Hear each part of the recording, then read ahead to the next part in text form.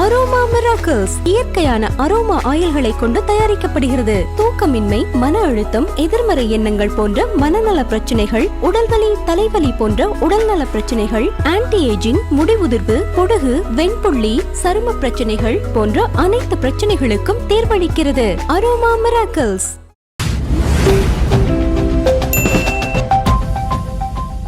விஜய் அவர்களுடைய அரசியல் மாநாடு, 2வது அரசியல் மாநாடு மதுரையில் நடைபெற இருக்குது.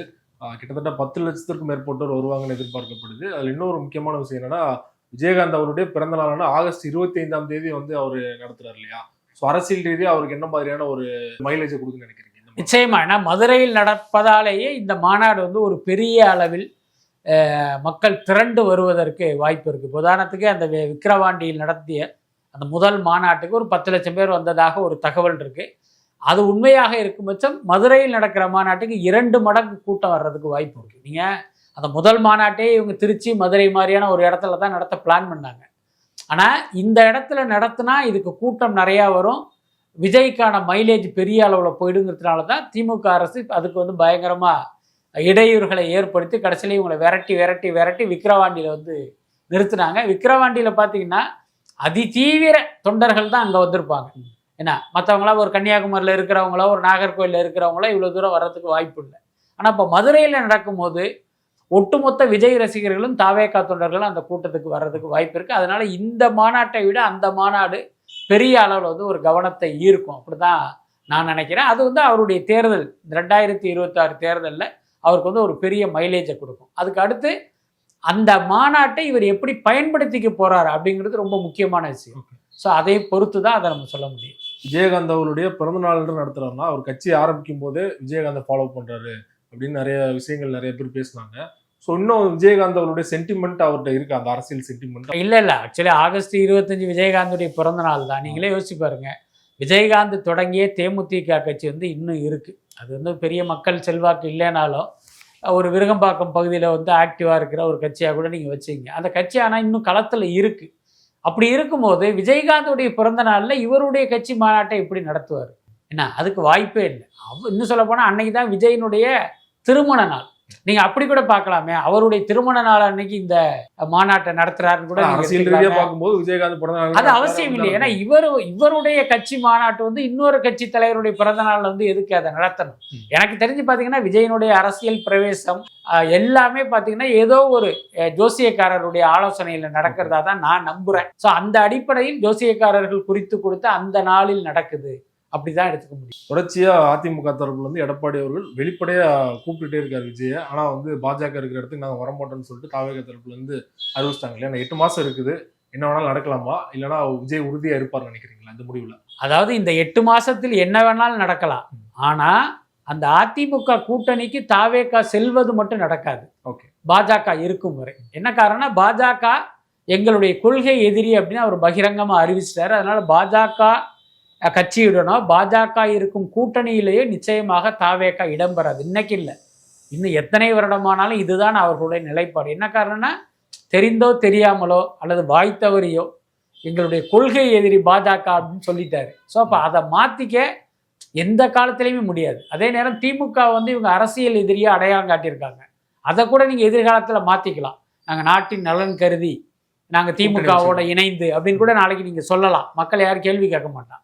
ஆனால் ஒரு கொள்கை எதிரின்னு சொன்ன ஒரு கட்சியோட கூட்டணி அப்படின்னா உங்களுடைய கட்சியே காணா போயிடும். ஸோ அந்த தவறை நிச்சயமாக தாவேகா செய்யாதுன்னு நான் நம்புகிறேன். அதுக்கப்புறம் பார்த்தீங்கன்னா எடப்பாடியை பொறுத்த வரைக்கும் அந்த கூட்டணி மீது மக்களுக்கும் நம்பிக்கை இல்லை, மற்றவர்களுக்கும் நம்பிக்கை இல்லை. அப்போ மக்களுக்கு நம்பிக்கை வரணும் அப்படின்னா அந்த கூட்டணி குறித்து ஒரு பில்டப் பண்ண வேண்டிய தேவை இருக்குது. அதனால தான் ஒரு பிரம்மாண்டமான கட்சி எங்கள் கூட்டணிக்கு வரும்னு சொல்கிறாரு. யார் அந்த பிரம்மாண்டமான கட்சி? தமிழ்நாட்டில் அப்படி ஒரு கட்சி இருக்கா? தாவேகா தான் மக்கள் செல்வாக்குள்ள ஒரு கட்சி. அவங்க வரமாட்டேன்னு சொல்லிட்டாங்க. அப்போ நீங்கள் யாரை சொல்கிறீங்க? பாமகவையா, நாத்தாக்காவையா, தேமுதிகவையா? அப்படியே இந்த கட்சியை இவர் சொல்வதாக வைத்துக்கொண்டாலும் இந்த 3 கட்சியுமே ஒரு பெரிய கட்சி கிடையாது. அப்படி இருக்கும்போது இவர் சும்மா ஒரு பாவ்லா பண்றாரு அப்படின்னு தான் நான் நினைக்கிறேன். நாத்தாக்காவை சொன்னீங்க, அவங்களும் ஓப்பனா சொல்லிட்டாங்க இல்லையா, ஒரு தீய சக்திக்கு எதிராக இன்னொரு தீய சக்தி கூட நாங்கள் போக முடியும் அப்படின்னு சொல்லிட்டு பாஜக மீன் பண்ணி சொல்லிட்டாரு.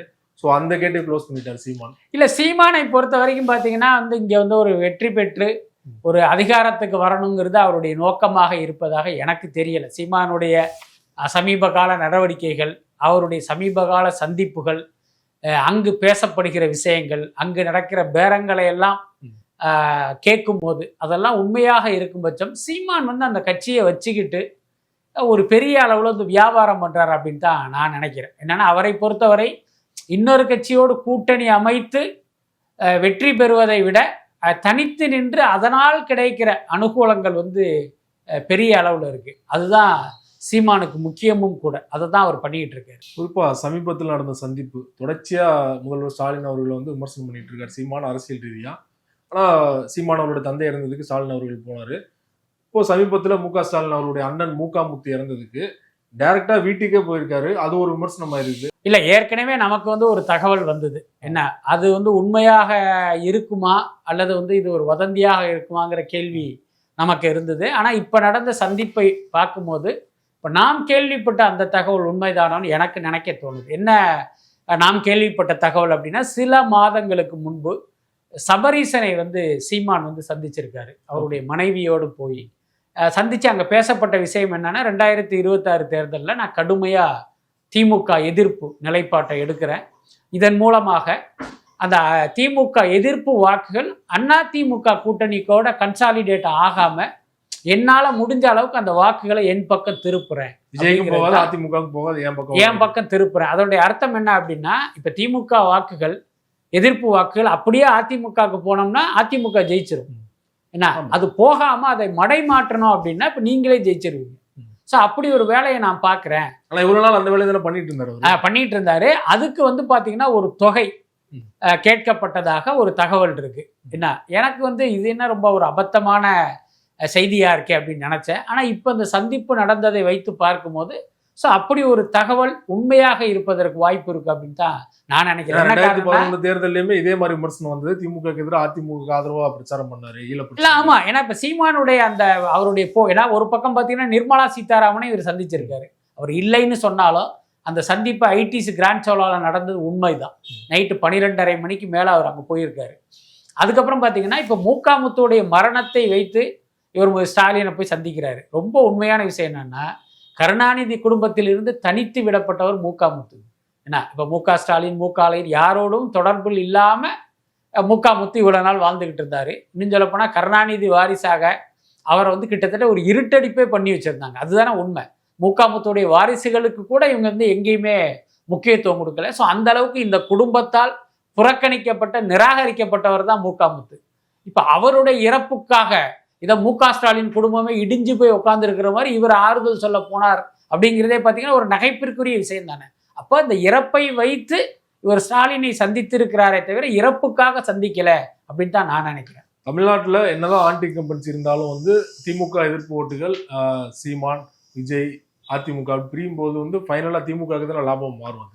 நிச்சயமாக அப்படிதான் எல்லாரும் நினைக்கிறோம். நமக்கும் அதே கருத்து இருக்கு. பட் அதே நேரம் விஜய்க்கு வந்து ஒரு கணிசமான மக்கள் செல்வாக்கு இருக்கு அப்படிங்கிறது இந்த தேர்தலில் ஒரு மிகப்பெரிய ரோல் பண்ணோம். நம்ம ஏற்கனவே பல முறை சொன்னது அந்த உளவுத்துறை கொடுத்த ரிப்போர்ட்லேயே விஜய்க்கு வந்து இரட்டை இலக்கத்தில் வாக்குகள் கிடைப்ப வாக்கு சதவீதம் இருக்குங்கிற மாதிரி ஒரு ரிப்போர்ட் வந்திருக்கு. அதுக்கப்புறம் பார்த்தீங்கன்னா பல சர்வேக்களில் விஜய்க்கு வந்து மக்கள் செல்வாக்கு பெரிய அளவில் இருக்குது. கிட்டத்தட்ட 27% வாக்குகள் விஜய்க்கு கிடைக்கும் அப்படிங்கிற மாதிரி இப்போ வந்து ஒரு தகவல் வந்துக்கிட்டு இருக்கு. அப்படி இருக்கும்போது நம்மளுடைய இந்த பழைய கணிப்புகள் இருக்குல்ல, எதிர்ப்பு வாக்குகள் செதறும், அதனால இவர் சாலிடா வந்துருவார் அப்படிங்கிற அந்த கணிப்புகள் மாறுவதற்கு வாய்ப்பு இருக்கு. எல்லாத்துக்கும் மேல இந்த 8 மாசத்தில் இந்த திமுக மீதான அதிருப்தி இன்னும் பெரிய அளவுல வந்துச்சு அப்படின்னா அது வந்து தேர்தல் முடிவையே மாற்றுவதற்கான வாய்ப்பா கூட இருக்கும்.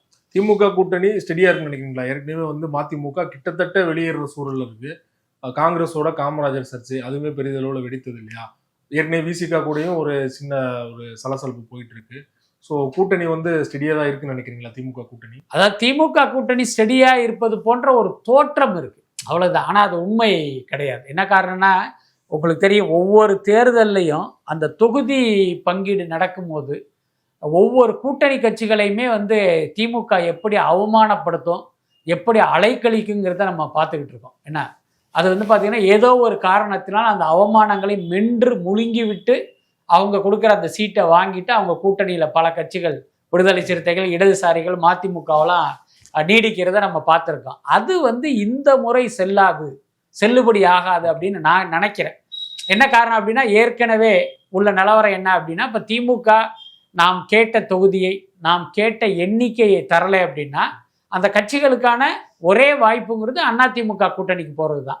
அங்கே பார்த்தீங்கன்னா பாஜக உட்கார்ந்துருக்கிறதுனால நீங்கள் அங்கே போக முடியாது. அப்போ இவங்களால நம்மளை விட்டா இவங்களுக்கு வேற போக்கிடம் இல்லை அப்படிங்கிற அந்த எண்ணத்திலும் திமுக இப்படியான ஒரு ஆட்டிடியூடை தொடர்ந்து கடைபிடிச்சிக்கிட்டே இருந்தது. ஆனால் இந்த முறை இன்னொரு சாய்ஸ் இருக்கு. தாவேகா அவங்க பார்த்தீங்கன்னா கூடுதலாக ஒரு ஆஃபரும் கொடுக்குறாங்க, ஆட்சி அதிகாரத்தில் பங்கு அப்படின்ட்டு. அப்போ ஒருவேளை திமுக இவர்களுக்கு தொகுதி பங்கீட்டில் மற்ற விஷயங்கள்ல ஏதாவது முரண்டு பிடிச்சா இவங்க ஈஸியா தாவேகா பக்கம் செல்வதற்கு வாய்ப்பு இருக்கு. ஆனா வாக்கு சதவீதத்தை இன்னும் நிரூபிக்காத ஒருத்தர் நம்பி போவாங்கன்னு நினைக்கிறீங்களா? இங்க இருந்தனா ஒரு 2-3 சீட்டு கொடுத்தாலும் உறுதியா கிட்டத்தட்ட பாதிக்கு பாதியாக வெற்றி உறுதியாயிடுச்சு. ஆனா அந்த பக்கம் போனா அந்த வெற்றி சதவீதம் இல்ல இல்லையா? நிச்சயமா அதுல மாற்றம் இல்லை. இன்னொன்னு ஒவ்வொரு கட்சிகளுக்குமே பெரிய அளவுல வாக்கு வங்கி இருக்கு. அதிமுகக்கும் இருக்கு, திமுகக்கும் இருக்கு. அப்படி இருக்கும்போது அதிமுக தான் ஜெயிக்கும், திமுக தான் ஜெயிக்கும்னு யாராலும் சொல்ல முடியுமா? சொல்லவே முடியாது. அதுக்கடுத்து பார்த்தீங்கன்னா விஜய் என்பவர் ஒரு நடிகர், மக்களுடைய செல்வாக்கு பெற்ற, இன்னைக்கு பார்த்தீங்கன்னா ஒரு நம்பர் 1ஆக இருக்கிற ஒரு நடிகர். அதனால பார்த்தீங்கன்னா இப்போ எம்ஜிஆர் அரசியலுக்கு வரும்போது என்ன மாற்றம் ஏற்பட்டதோ அந்த மாதிரியான ஒரு போக்கு மக்கள்கிட்ட இருந்து அவங்க அப்படியே இவர் பக்கம் திரும்பினா அவர் ஜெயிப்பதற்கு வாய்ப்பு இருக்கு. எல்லாத்துக்கும் மேல நமக்கு திமுக கூட்டணியில மரியாதையும் இல்லை, நம்ம கேட்ட எண்ணிக்கையில தொகுதியும் தரலை அப்படிங்கும்போது இப்போ இவங்க என்ன பண்ணுவாங்க? தங்களுடைய சுயமரியாதை, எல்லாருக்குமே ஒரு ஈகோன்னு ஒன்று இருக்கும். ஆனால் அதுக்கடுத்து பார்த்தீங்கன்னா அந்த தொகுதி பங்கீட்டு நேரத்தில் அந்த திமுகவுடைய ஆட்டிடியூடை நீங்கள் கவனிச்சிங்கன்னா தெரியும். ஏதோ ஒரு யாசகம் போடுகிற மாதிரியான ஒரு இது அவங்க கிட்ட இருக்கும். ஸோ அதெல்லாம் நிச்சயமாக யாராலையும் சகிச்சிக்க முடியாது. அதனால இந்த காலகட்டத்தில் இந்த திமுக கூட்டணி சிதறி அது தாவேகா பக்கம் செல்வதற்கு வாய்ப்பு இருக்கு. இன்னைக்கு எல்லா கட்சிகளுமே அதிமுக திமுகன்னு பிரிஞ்சு போயிட்டாங்க, அணிகள் சொல்கிறேன். இப்போ நம்ம மட்டும் தனியாக இருக்கோம். ஆனால் அந்த பதட்டமோ பயமோ தாவேகா கிட்ட எங்கேயாவது நீங்கள் பார்த்துறீங்களா? பார்க்கவே இல்லை. அவங்க ரொம்ப கூலாக இருக்காங்க. அப்போ அதனுடைய அர்த்தம் என்ன இருந்தாலும் இங்கே தானடி வந்தாகணும் அப்படிங்கிற அந்த எண்ணமும் அதுக்குள்ளார இருக்குல்ல. அதனால இதெல்லாம் நடப்பதற்கு வாய்ப்பு இருக்கு. ரொம்ப நன்றி சார். சினிமா மற்றும் அரசியல் தொடர்பாக பல்வேறு விஷயங்களோட பகிர்ந்து மிக்க நன்றி. ரொம்ப நன்றி.